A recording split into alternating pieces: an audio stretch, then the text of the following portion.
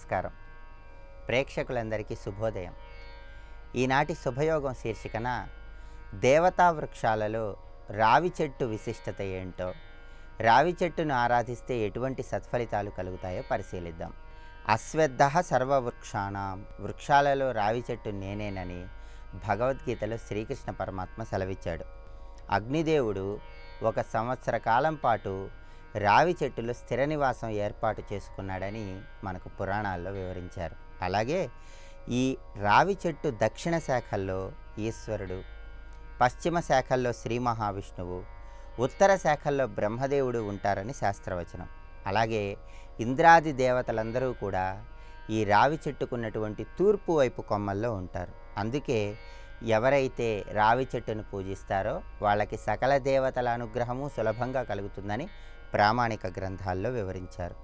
అలాగే రావి చెట్టు ఎక్కడ ఉంటే ఆ ప్రాంతంలో నీళ్లు ఎక్కువగా లభిస్తాయని బృహత్ సంహిత అనే గ్రంథంలో మనకు ప్రామాణికంగా వివరించారు. అలాగే పద్మపురాణాన్ని మనం పరిశీలించినట్లయితే పద్మపురాణం ప్రకారం శ్రీ మహావిష్ణువు రావి చెట్టు రూపంలోకి మారాడని, రావి చెట్టును పూజిస్తే విష్ణు కృపకు సులభంగా పాత్రలు కావచ్చని పద్మపురాణంలో మనకు వివరించారు. అలాగే ప్రతి శనివారము కూడా రావి చెట్టును పూజిస్తే విశేషమైన శుభ ఫలితాలు కలుగుతాయని శ్రావణ మహాత్మ్యం అనేటటువంటి గ్రంథంలో వివరించడం జరిగింది. బ్రహ్మాండ పురాణంలో బ్రహ్మదేవుడు నారద మహర్షికి ఈ రావి చెట్టు విశిష్టతను గురించి వివరించాడు. ఎవరైనా సరే రావి చెట్టును పూజించే సమయంలో పసుపు, కుంకుమ, అక్షింతలతో పూజ చేస్తూ రకరకాల పుష్పాలు చెట్టు మొదట్లో ఉంచి ఆ తర్వాత రావి చెట్టుకి పాయసాన్ని నివేదన చేయాలి.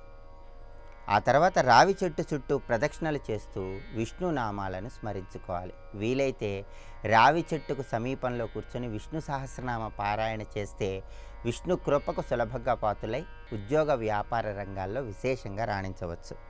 అలాగే రావి చెట్టును పూజించే సమయంలో ఏ నెలలోనైనా సరే తదియ తిథి ఉన్న రోజు రావి చెట్టును గౌరీదేవి స్వరూపంగా భావించాలని, నవమి తిథి ఉన్న రోజు రావి చెట్టును విష్ణు స్వరూపంగా భావించాలని పురాణాల్లో వివరించారు.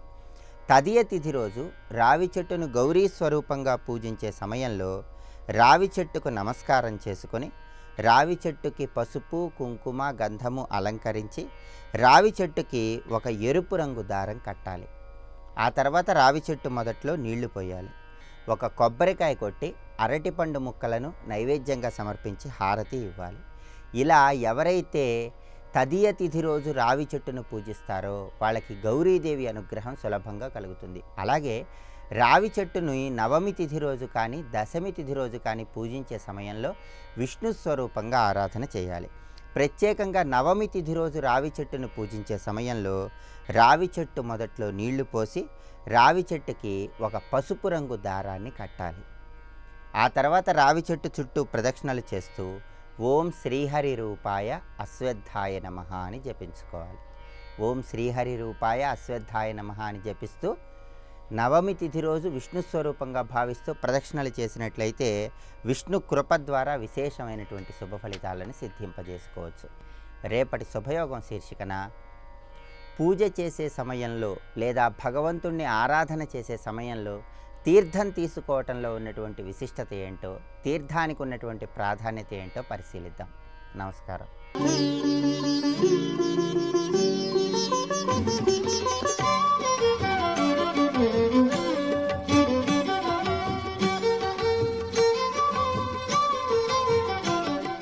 అవిద్య, అస్మిత, రాగము, ద్వేషము, అభినివేశం 5 పోతే ఎంత హాయిగా ఉంటుంది. పోవాలని మనకు ఉంది, పోవట్లేదు, ఏం చేస్తాం.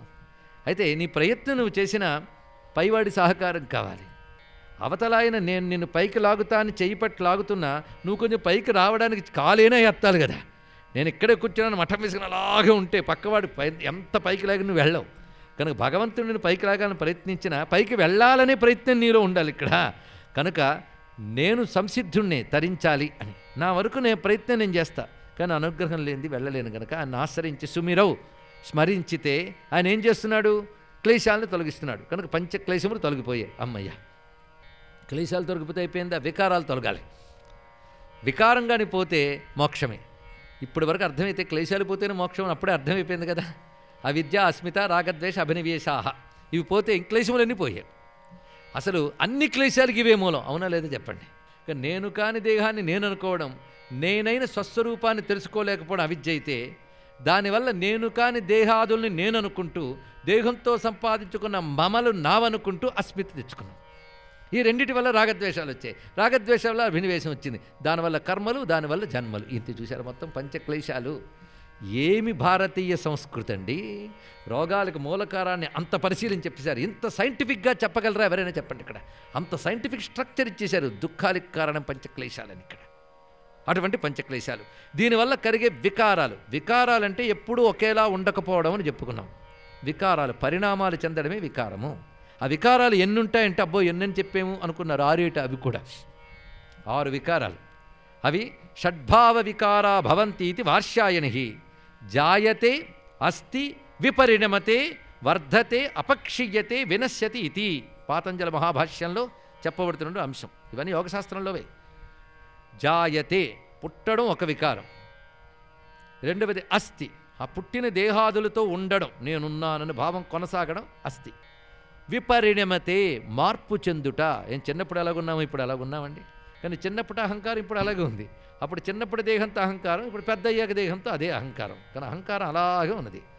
కానీ దేహం మాత్రం మారిందా లేదా? అహంకారం కూడా చక్కగా మార్పు చెందింది. కనుక ఏది మారితే అదే నేను అనుకుంటున్నావు, అది కొనసాగుతుంది. కానీ జాయతే అస్థి విపరిణమతే మార్పు చెందుట. మార్పు చెందేమంటే తప్పకుండా తరిగిపోతున్నామని అర్థం, లేదా పెరిగిపోతున్నాం అనుకుందాం. ముందు వర్ధతే పెరుగుతున్నాం, అంతే కదండి. నాకు ఇప్పుడు 30 ఏళ్ళండి అంటే పెరిగిపోయావు. 3 ఏళ్ళ నుంచి 30 ఏళ్ళకి. అంతేకాదు, నీకు 30 ఏళ్ళు పెరిగిపోయావు అనుకుంటున్నావు, నీ ఆయువులు 30 ఏళ్ళు తరిగిపోయాయని అర్థం, అంతే కదా. అయిపోయింది. కనుక ఎప్పుడైతే వర్ధతే ఉందే వెంటనే పక్కన అపక్షీయతే అన్నాడు ఇక్కడ.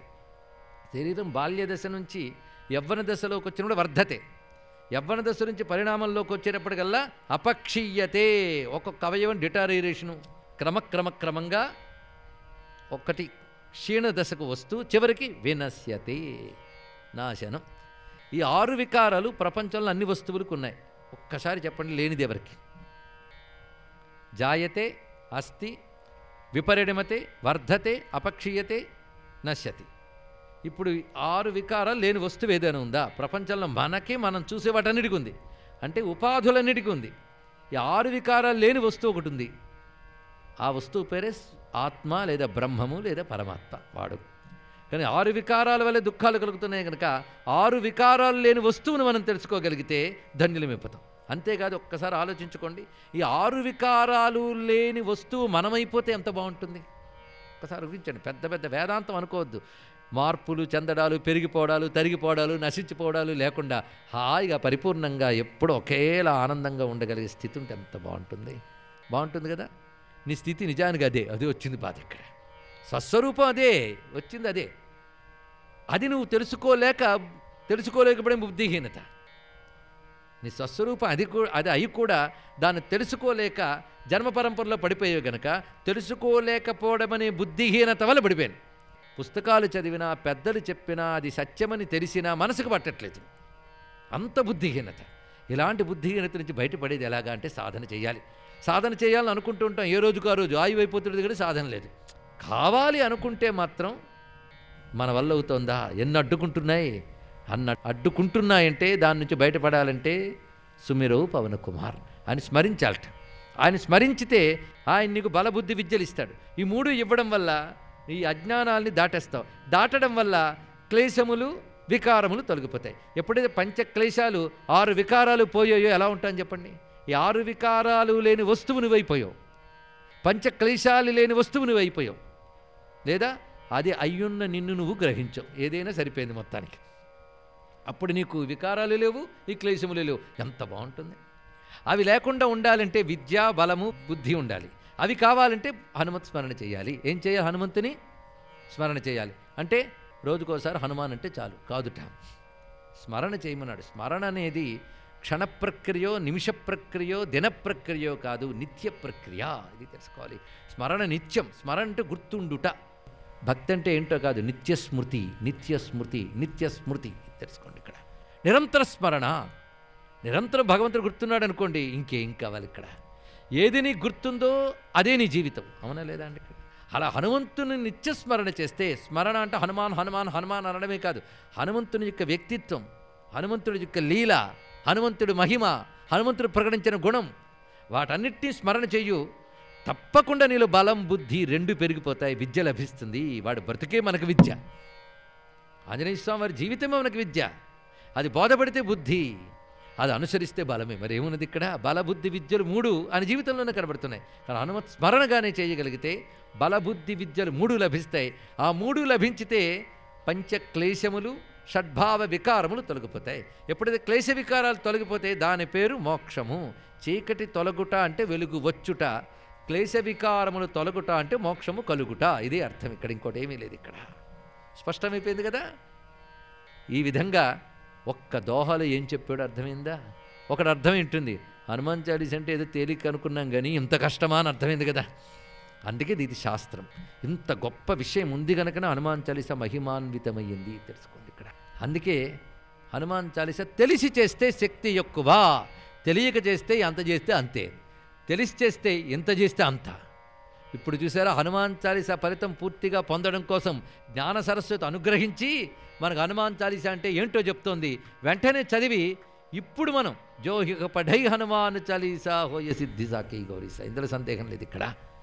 ఇప్పుడు మొదటి 2 దోహాలు ఒక్కసారి తలంచుకుని, శ్రీ గురుచరణ్ సరోజ రజ్ నిజమన్ ముకురు సుధారి బరనౌ రఘుబర బిమల జస్ జోదాయక ఫలచారి బుద్ధిహీనతను జానికే సుమిరౌ పవన కుమార్ బలబుద్ధి విద్యాదేహు మొహి హరహు కలేశ బికార్. క్లేశ వికారాలు తొలగాలంటే బలబుద్ధి విద్యలు రావాలి. బలబుద్ధి విద్యలు రావాలంటే హనుమంతుని స్మరించాలి. హనుమంతుని స్మరించాలంటే అజ్ఞానం వల్ల ఇలా కలిగాను కదా అని స్పృహ నీకు ఉండాలి. అది చెప్తున్నాడు ఇక్కడ. అంటే అవిద్యతో బాధపడుతున్నానని తెలుసుకుని హనుమంతుని స్మరిస్తే 3 ఇస్తాడు. ఆ బాధ ఎంతమందికి కలుగుతుందండి? సృష్టిలో నేను అవిద్యలో ఉన్నాను, సంసారంలో ఉన్నాను, ముక్తి పొందాలని తపన కోటికొకడికి కలగడం కూడా మహా కష్టం, తెలుసుకోండి. ముముక్షత్వం అనేది సామాన్యమైంది కాదు కనుక మొట్టమొదట అధికారంలో ముముక్షత్వం అనేది ఏదైతే చెప్తున్నాడో అది బుద్ధిహీనతను జానికే దగ్గర చూపించాడు ఆయన. కనుక అవిద్యలో మునిగిపోయాను, అజ్ఞానంలో ఉన్నాను, కర్మబంధాల్లో పడిపోయాను, ఇంకెంతకాలం ఈ జన్మ పరంపర నిజమైన వేదన కలగాలి. అటువంటి వేదన కలిగి అప్పుడు స్మరించేవనుకో, అప్పుడు స్వామి ఆ వేదన తొలగించగలిగేటటువంటి విద్యనిస్తాడు. అది సాధించడానికి కావలసిన బుద్ధిని బలాన్ని ఇస్తాడు. అప్పుడు ఆ 3టితో నువ్వు క్లేశాలని రాగాల్ని పోగొట్టుకోగలవు, క్లేశ వికారాల్ని తొలగించుకోగలవు. ఇంత రహస్యాన్ని చెప్పాడు ఇక్కడ. ఒక వేదాంత విద్య ప్రారంభమైనట్టు అథాతో బ్రహ్మ జిజ్ఞాస అన్నప్పుడు అథ దగ్గర ఎన్ని చెప్పాడో ఇక్కడ అన్ని చెప్పాడు. ఇప్పుడు ఇది హనుమత్ సూక్తం, ఉపనిషత్ సమానమైన గ్రంథం అని చెప్పడంలో ఏం సందేహం లేదు కదా. అంత విశేషమైన అంశం మన భాగ్యం కొద్దీ ఆంజనేయ స్వామి వారు మీకు నాకు చెప్తున్నాడంతే. ఇది మనం గమనించవలసిన అంశం. కనుక 2 దోహాలు ఒక్కసారి అనుకొని చౌపాయిల్లోకి వెళ్ళిపోదాం మనం. శ్రీ గురు చరణ్ సరోజ రజ్ నిజమన్న ముకురు సుధారి బరనవు రఘుబర బిమల జస్ జోదాయక ఫలచారి బుద్ధిహీనతను జానికే సుమిరౌ పవన కుమార్ బలబుద్ధి విద్యా దేహు మొహి హరహు కలేశ బికార్. దేహు మొహి, మొహి అంటే నాకు దేహు ఇస్తాడు, అది ఇస్తాడు, ఇవ్వు అని కాదుట, ఇస్తాడు, ఆయన ఇస్తాడు అంతే. అటువంటి 3టిని ప్రసాదించగలిగేవాడు. అప్పుడు ఏం చేయాలి? ఇప్పుడు మనకు తెలిసిన ప్రకారం స్మరణ చేయాలి. స్మరణ దేంతో చేస్తావు? ఆ స్మరణ కోసం 40 చౌపాయాలు ఇస్తున్నాను, స్మరించండి అన్నాడు ఇక్కడ. స్వస్తి.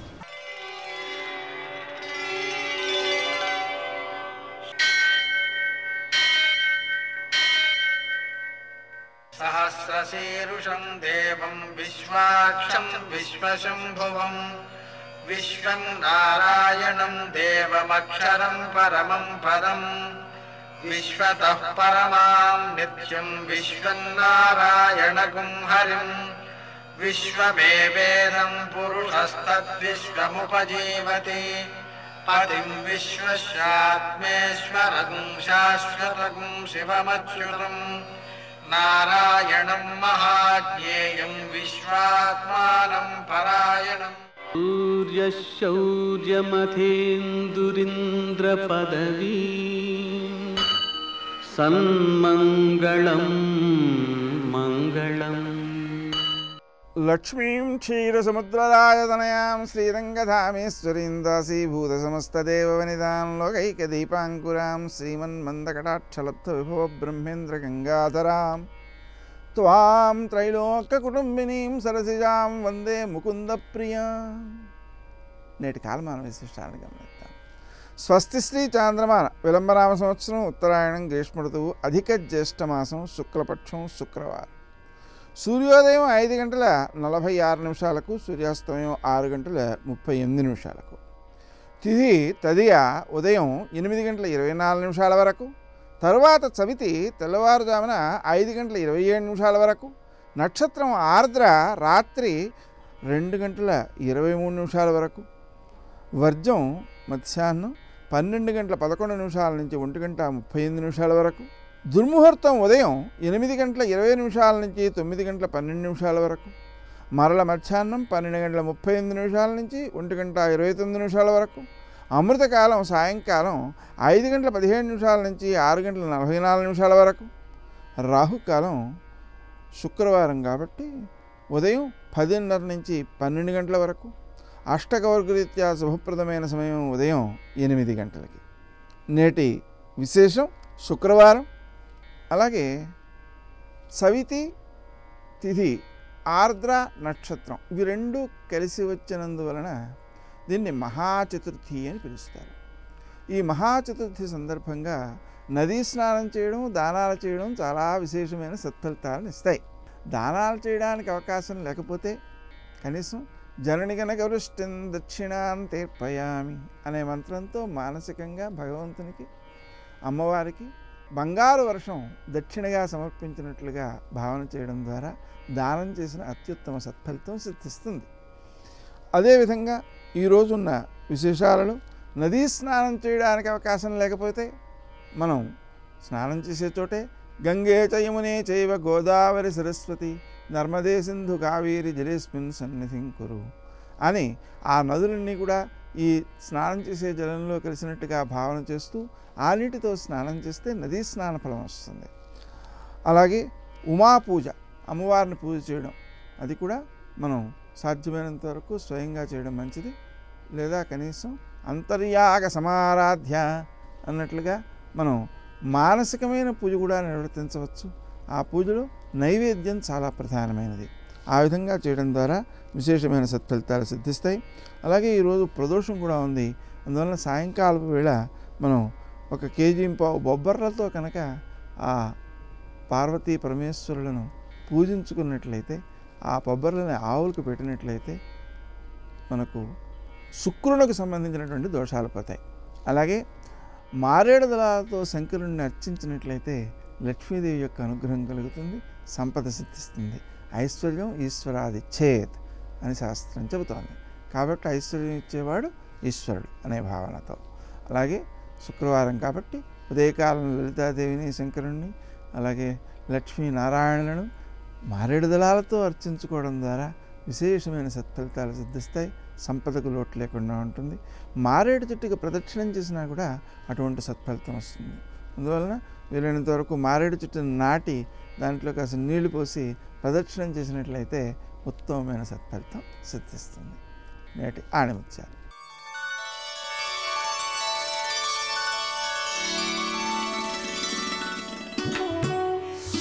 భక్తి మూలంగానే సర్వం లభిస్తుంది.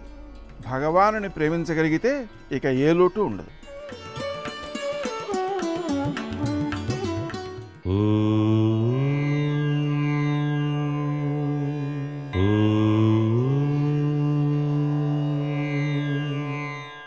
ఓం నమో నారాయణాయ. ఓం నమః శివాయ. శ్రీమాత్రే నమః. గ్రహ నక్షత్ర మాలికాధరుడైనటువంటి పరమేశ్వరుని పార్వతీదేవిని కూడాను మనం ధ్యానం చేయాలి ఈ శుక్రవారం నాడు. ఎవరైతే శుక్రవారం నాడు పార్వతీ పరమేశ్వరులను నిష్ఠతో ఆరాధన చేస్తారో వారికి ఇహలోకంలో సౌఖ్యం, పరలోకంలో మోక్షం సిద్ధిస్తాయి అంటోంది సనాతన సంస్కృతి సంప్రదాయం. అందుకనే శివపార్వతులు అంటే తల్లిదండ్రులతో సమానము అని. తల్లిదండ్రుల సేవ కూడాను ఈ కలియుగంలో చేసుకోవచ్చు. తల్లి అనగా పార్వతి, తండ్రి అనగా పరమశివుడు అనేటువంటి భావనా పరంపర. ఇటువంటి భావనా పరంపర ఏ వ్యక్తిలో అయితే ఉంటుందో ఆ వ్యక్తి సాక్షాత్తు పార్వతీ పరమేశ్వరుల యొక్క కృపారస దృష్టికి పాత్రులై తరిస్తారు. శుక్రవారం నాడు శుక్రగ్రహ ప్రభావం మీ పట్ల సుఖప్రదమైనటువంటి ప్రభావాన్ని కలిగించడానికి ఓం శుక్రాయ నమః అని చెప్పేసి ధ్యానం చేయాలి. ఓం శుక్రాయ నమః అని చెప్పేసి మంత్రాన్ని ధ్యానం చేసిన తర్వాత బొబ్బర్లు నివేదన చేసి ఇతరులకు పంచాలి. ఇలా గనక చేసినట్లయితే లక్ష్మీదేవి యొక్క దివ్యవంతమైన అనుగ్రహం, ఈ లక్ష్మీదేవికి కూడాను క్షీరాన్నం అనేటువంటిది తప్పనిసరిగా నివేదించి తాను మాత్రం కుటుంబ సభ్యులందరికీ కూడాను పంచాలి. తాను కొద్దిగా స్వీకరించి మిగతాది కుటుంబ సభ్యులందరికీ కూడా పంచాలి. ఇలా గనక చేసినట్లయితే శుక్రగ్రహ అనుకూల ప్రభావరీత్యా ఆ వ్యక్తి ఉత్తమోత్తమమైనటువంటి స్థితిగతుల్ని పొందుతాడు అంటోంది శాస్త్రం. ఇక్కడ మనం గ్రహించవలసింది ఓం శుక్రాయ నమః అని చెప్పేసి ధ్యానం చేయటం, పార్వతీ పరమేశ్వరులను అర్చించటం, లక్ష్మీదేవికి క్షీరాన్నం నైవేద్యంగా సమర్పించటం. ఇది ఎవరైతే శుక్రవారం నాడు ఆచరిస్తారో వారికి తప్పనిసరిగా అదృష్టం పట్టి తీరుతుంది సుమా. సర్వే జనా సుఖినో భవంతు. జయ జయ జయ జయ జయ శ్రీ హనుమా, జయ జయ జయ జయ ప్రభుదయ గనుమా. జయ జయ జయ జయ జయ శ్రీ హనుమా, జయ జయ జయ జయ ప్రభుదయ గనుమా. రక్షాంసి వక్షాంసి చ విక్షిపంతి, కాంతాని గాత్రాసు చ విక్షిపంతి, రూపాన్ని చిత్రాన్ని చ విక్షిపంతి, దృఢాన్ని చాపాన్ని చ విక్షిపంతి. సుందరకాండ కదూ. ఆ రాక్షసులు ఏం చేస్తున్నారో చెప్తారు మహర్షి. అబ్బా అసలు ఎవరు చెప్పగలరండి, ఏమి అందంగా మాట్లాడతారో. రక్షాంసి వక్షాంసి చ విక్షిపంతి. ఒకడేమో ఇలా గుండెలు బాగా చూపిస్తున్నట్టు, చూడరా ఎంత బలవంతుడో అని. రక్షాంసి వక్షాంసి చ విక్షిపంతి, కాంతాని గాత్రాసు చ విక్షిపంతి, దృఢాని చాపాని చ విక్షిపంతి. వాళ్ళు రకరకాలైనటువంటి దృఢమైనటువంటి ధనస్సులు పట్టుకున్నారు. రూపాన్ని చిత్రాన్ని చ విక్షిపంతి, పరస్పరం చాదికమక్షిపంతి. అసలు ఆ భాష, ఆ అక్షరాల సౌందర్యం, ఆ అంచానుప్రాస ఏమి శ్లోక ప్రయోగం చేశారండి మహర్షి. పరస్పరం చాద్దికమక్షిపంతి, భుజాస్యపీనామధి విక్షిపంతి, మత్త ప్రలాపామధికంక్షిపంతి, మత్తాని చాన్యోన్యమధిక్షిపంతి. వాళ్ళు పరస్పరం చాధికమక్షిపంతి. పోని వాళ్ళందరూ ఉన్నది బయట రాక్షసుడు వస్తాడేమో, కానీ వాళ్ళు అక్కడ మాట్లాడుకుంటూ అస్తమానం వాళ్ళు మాట్లాడుకునేది ఏమిటంటే ఏమిట్రా నీ కండ అలా ఉంది, చూడరా నా వక్షస్థలం ఎంత బలమో అనేవాడు ఒకడు, యువతల వాడిని తోసేసి ఏది నువ్వు తోయి అనేవాడు ఒకడు. అందరూ మదోన్మత్తులు. కాబట్టి పరస్పరం చాధికమాక్షిపంతి, భుజాస్యపీనా అధివిక్షిపంతి. ఈ భుజాలు చూపించి చూడు ఎంత బలంగా ఉన్నానో అనేవాడు ఒకడు. మత్తాని చాన్యోన్యమధిక్షిపంతి. బాగా మదించినటువంటి బుద్ధితో అవతల వాళ్ళని చులకన చేసి మాట్లాడడం తప్ప ఎవ్వడిలో ఉన్నటువంటి గొప్పతనాన్ని అంగీకరించలేనటువంటి స్థితిలో ప్రతివాణ్ణి తక్కువ చేసి మాట్లాడేవారే. అటువంటి రాక్షసుల యొక్క సమూహాలన్నిటినీ చూస్తున్నారు. చూసి వెడుతూ అనుకుంటారు, ఇంతమంది స్త్రీలు కనపడ్డారు, ఇంతమంది సంతోషంగా వాద్యాలు మ్రోగిస్తున్నారు, ఇంతమంది మొలకి పెట్టుకున్న నూపురముల ధ్వనులు వినపడుతున్నాయి, ఇంతమంది నృత్యం చేస్తున్నారు, ఇంతమంది ఇంత ఆనందం అనుభవిస్తున్నారు. కానీ నా తల్లి సీతమ్మ ఇలా ఉండదు. నా తల్లి ఉష్ణార్ధితాంసానుసృతాస్రకంఠీం, పురావరార్హోత్తమ నిష్కంఠీం, సుజాతపక్ష్మాభిరక్తకంఠీం, వనే ప్రవృత్తామివ నీలకంఠీం. అది సౌందర్యం అంటే. ఎంత గొప్ప సౌందర్యం ఆవిష్కరిస్తారండి. ఎవరెలాంటి వాళ్ళో చెప్పాలా, శ్లోకం చెప్పేస్తుంటే చాలు. ఆయన హనుమ అనుకుంటారు మా అమ్మ ఎలా ఉంటుందో తెలుసా, ఉష్ణార్ధితాంసానుసృతాస్రకంఠీం. మా అమ్మ రాముడు కనపడలేదని వీళ్ళందరూ ఇలా భోగాలు అనుభవిస్తుంటే నా తల్లి ఎక్కడో కూర్చుని ఏడుస్తూ ఉంటుంది. ఏడిచి ఏడిచి ఏడిచి వెచ్చటి కన్నీరు పయ్యద మీద పడి ఆమె పవిటంతా తడిసిపోయి ఉంటుంది. పురావరార్హోత్తమ నిష్కంఠీం. రాముడు మెడలో ఆమెకి బహుమానంగా ఇచ్చిన గొప్ప పతకం ఒకటి ఉంది. ఆ పతకం ఆవిడ మెడలో వేసుకుంటుంది. ఎందుకంటే ఇది రాముడు కట్టిన పతకం అని చెప్పి మెడలో వేసుకుంటుంది. కానీ ఇప్పుడు రాముడు పక్కన లేడు కదూ, ఆ పతకం తన మెడలో ఉంటే తాను అందంగా రాముడి కోసం కనపడాలి. వీడున్న చోట ఈ పతకం ఎందుకని పెట్టుకోదు మా తల్లి. ఏమి అద్భుతమైన ఆలోచన అండి, ఎంత పవిత్రమైన ఆలోచన. పరిచయం ఉందా సీతమ్మతో? ఎప్పుడైనా చూశారా? కానీ మనసులో రామచంద్రమూర్తి ఇల్లాలంటే ఎలా భావన చేస్తున్నారో చూడండి. పురావరార్హోత్తమ నిష్కంఠీం సుజాత పక్ష్మామభిరక్త కంఠీం. మా తల్లి ఎంత అందమైనటువంటి కనుల సౌందర్యంతో ఉంటుంది. వనే ప్రవృత్తామివ నీలకంఠీం. ఆగమ విపిన మయూరీం కదూ ఆ తల్లి. అందుకని ఆమె వనములో తిరుగాడుతున్నటువంటి నెమలిలా ఉంటుంది. వనే ప్రవృత్తామివ నీలకంఠీం అవ్యక్తరేఖామివ చంద్రరేఖాం పాంసు ప్రసిద్ధామివ హేమరేఖాం క్షతప్రరూఢామివ బాణరేఖాం వాయుప్రభిన్నామివ మేఘరేఖాం. విదియనాటి చంద్రబింబం శుక్లపక్షంలో ప్రయత్నపూర్వకంగా చూస్తే తప్ప కనపడదు. మా అమ్మని సీతమ్మ అని ఎంతో ప్రయత్నంగా చూస్తే తప్ప అర్థం కాదు. అలా ఏడుస్తూ ఉంటుంది నా తల్లి, ఎక్కడో ఉంది. అవ్యక్తరేఖామివ చంద్రరేఖాం పాంసు ప్రసిద్ధామివ హేమరేఖాం. బంగారు తీగకి మట్టి పట్టేసింది అనుకోండి, అది బంగారు తీగ అని ఎవరికీ తెలియదు ప్రకాశం. అలా అంతటి మహాపతివ్రత శోకమూర్తి అయి తనని తాను రక్షించుకోలేని దానిలా ఉంటుంది. పతి ఆజ్ఞ లేదని తనని తాను రక్షించుకోలేక కాదు. క్షతప్రరూఢామివ బాణరేఖాం. బాణం గుచ్చుకుని బయటికి తీసేసిన ములుకు విరిగిపోతే ఎలా బాధ ఉంటుందో అలా రావణుడు నశిస్తాడు, రాముడు వస్తాడని నమ్మకం ఉన్నా వాడు అంటున్న మాటలు మనసులో గుచ్చుకుని మా తల్లి అంత బాధపడుతుంటుంది. క్షతప్రరూఢామివ బాణరేఖాం వాయుప్రభిన్నామివ మేఘరేఖాం. నల్లటి మబ్బొచ్చి వర్షం కురుస్తుంది అనుకోగా పెద్ద గాలొచ్చి కొట్టేస్తే పక్కకెళ్ళిపోయిన మబ్బు ఎలా ఉంటుందో అలా ఇంక అయిపోతోంది వనవాసం, అమ్మయ్య అంతఃపురానికి వెళ్ళిపోతామని చెప్పి సంతోషపడుతున్న సీతమ్మ యొక్క ఆశల మీద నీళ్లు చల్లి అకస్మాత్తుగా సీతాపహరణం జరిగి రావణాసురుడి చేత బందీకృత అయిన సీతమ్మ తల్లి యొక్క మనసు వెంపర్లాటలో అలా ఉంటుంది మా అమ్మ. అది అభివ్యక్తమై మా అమ్మ శోకమూర్తి అయి ఎక్కడో కూర్చుని ఉంటుంది. ఎంత పవిత్ర భావన! ఆ తల్లి గురించి ఎలా భావన చేశారో అలాగే సాక్షాత్కరించింది ఆయనకి.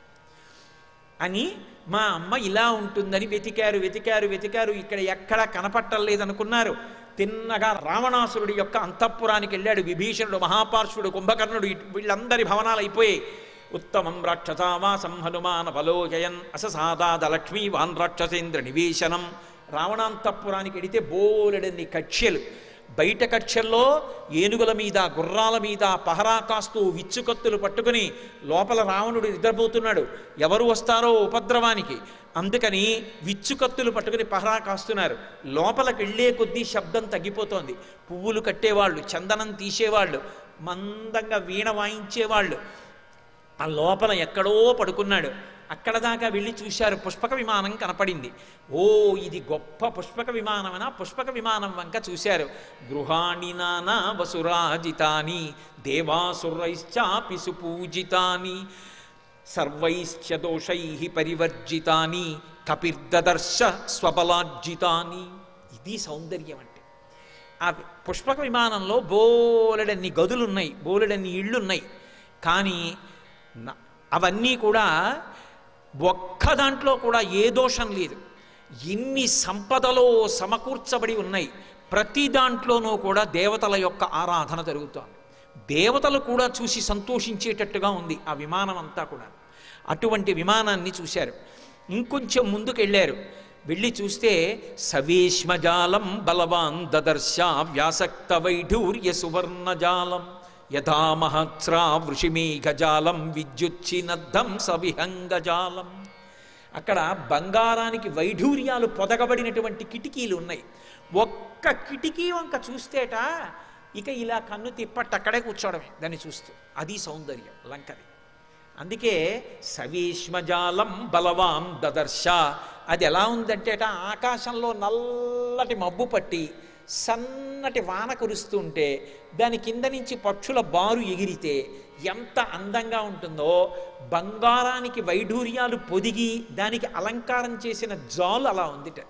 ఒక కిటికీ పరద అలా ఉంటుంది రావణాసురుడి మందిరంలో. అది చూడ్డానికి హనుమకి చాలా బలం కావలసి వచ్చింది అన్నారు మహర్షి. సవీష్మజాలం బలవాం దదర్శ. బలం ఎందుకంటే చూడ్డానికి అంటే అలా కళ్ళప్పగించి చూస్తూ ఉండిపోకుండా ఇది కాదు నాకు కావలసింది సీతమ్మ అని కళ్ళు తిప్పుకోవడానికి బలం కావాల్సి వచ్చింది. అది లంక సౌందర్యం. ఇక అసలు ఆ లంకా సౌందర్యం ఎలా ఉంటుందో మీరు ఊహించండి. అది తపస్సమాధాన పరాక్రమార్జితం మనస్సమాధాన విచారచారిణం అనేక సంస్థాన విశేష దర్శనం తతస్తతస్తుల్య విశేష దర్శనం. దాన్ని అపారమైనటువంటి తపస్సు చేసి కుబేరుడు సంపాదించాడు. ఆ కుబేరుణ్ణి ఓడించి పరాక్రమంతో రావణుడు తెచ్చాడు.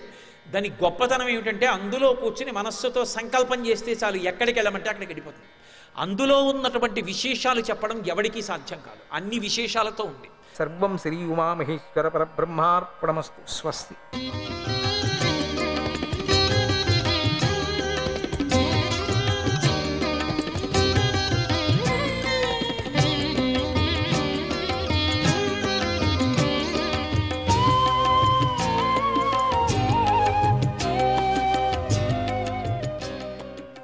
జన్మాద్యశ్చిగతోన్మయాదికరత చార్దేష్విఘ్నేశ్వరాట్ తేనే బ్రహ్మహృదాయ యాది కవియే ముహ్యంతి యస్సూరయాగ తేజో బ్రహ్మహృదాయ యాది కవియే ముహ్యంతి యస్సూరయాగ నామ్నా స్వేన సదా నిరస్తకోహగం సత్యం పరం ధీమహి.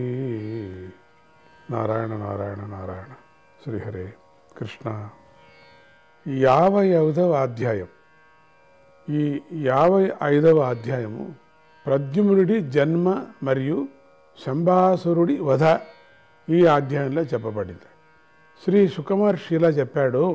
వాసుదేవుడి అంశ అయిన మన్మథుడు పూర్వము రుద్రుడి కోపానికి భస్మైపోయాడు. మనం చెప్పుకున్నాం కూడా ఈ కథను. అతడు మళ్ళీ దేహాన్ని పొందాలని వాసుదేవుణ్ణి ఆశ్రయించాడు. ఆ మన్మథుడు రుక్మిణి శ్రీకృష్ణులకు ప్రద్యుమ్నుడిగా జన్మించాడు. జాంబవతి మొదలైన వారి వివాహానికి పూర్వమే ప్రద్యుమ్నుడి జన్మ జరిగింది. తర్వాత ప్రద్యుమ్నుడి వివాహము, ఆ పైన రాక్షసుడైన శంబరుడిని గృహం నుండి ప్రద్యుమ్నుడు తిరిగి రావటం అనేటువంటి విషయాలు చెప్పబడ్డాయి.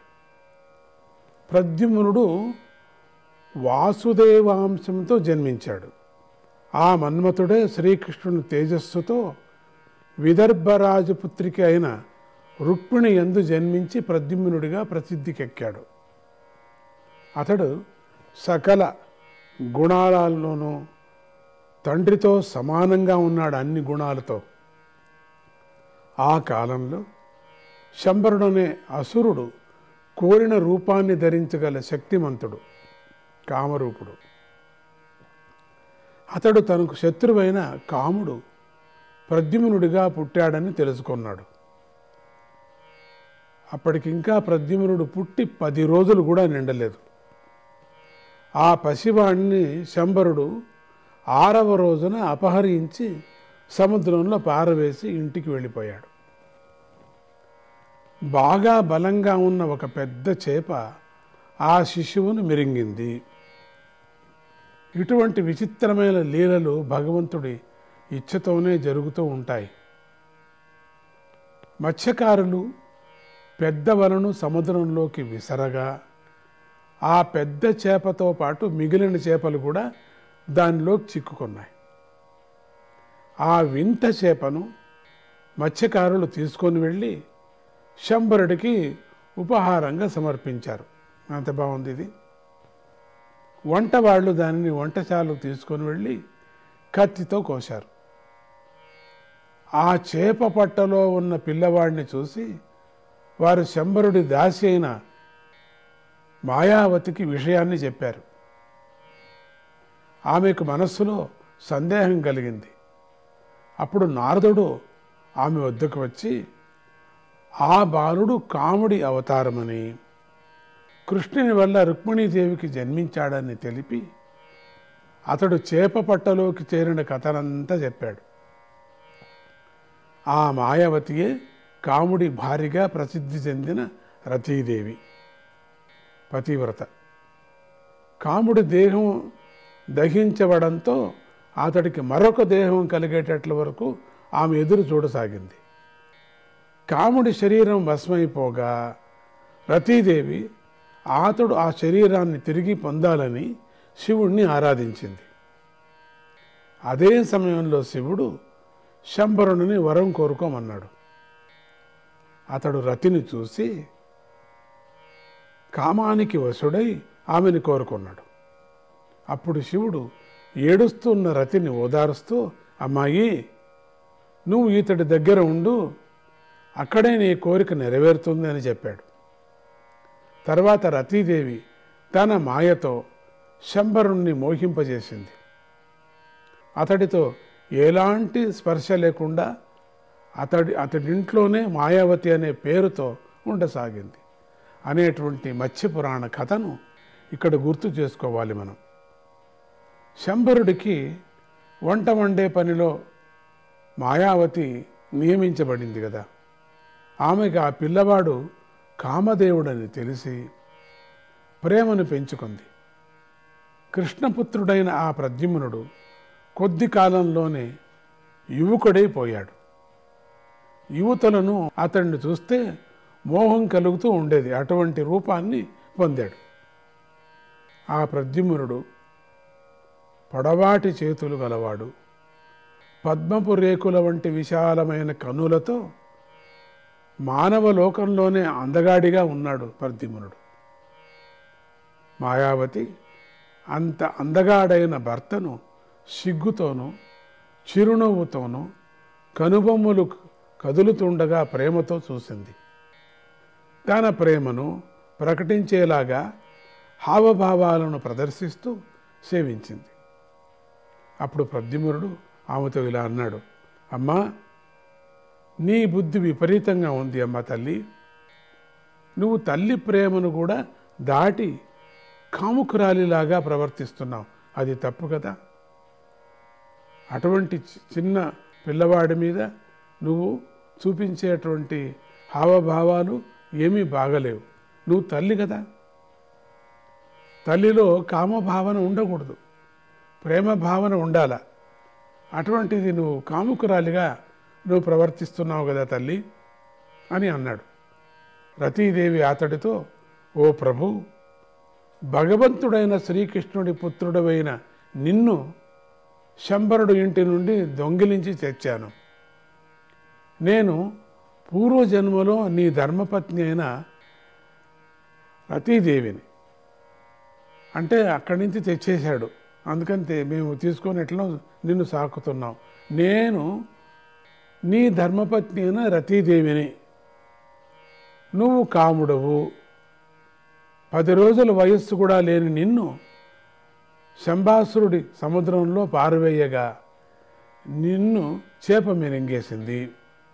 ఆ చేప పొట్టలో ఉన్న నువ్వు ఇక్కడికి చేరుకున్నావు.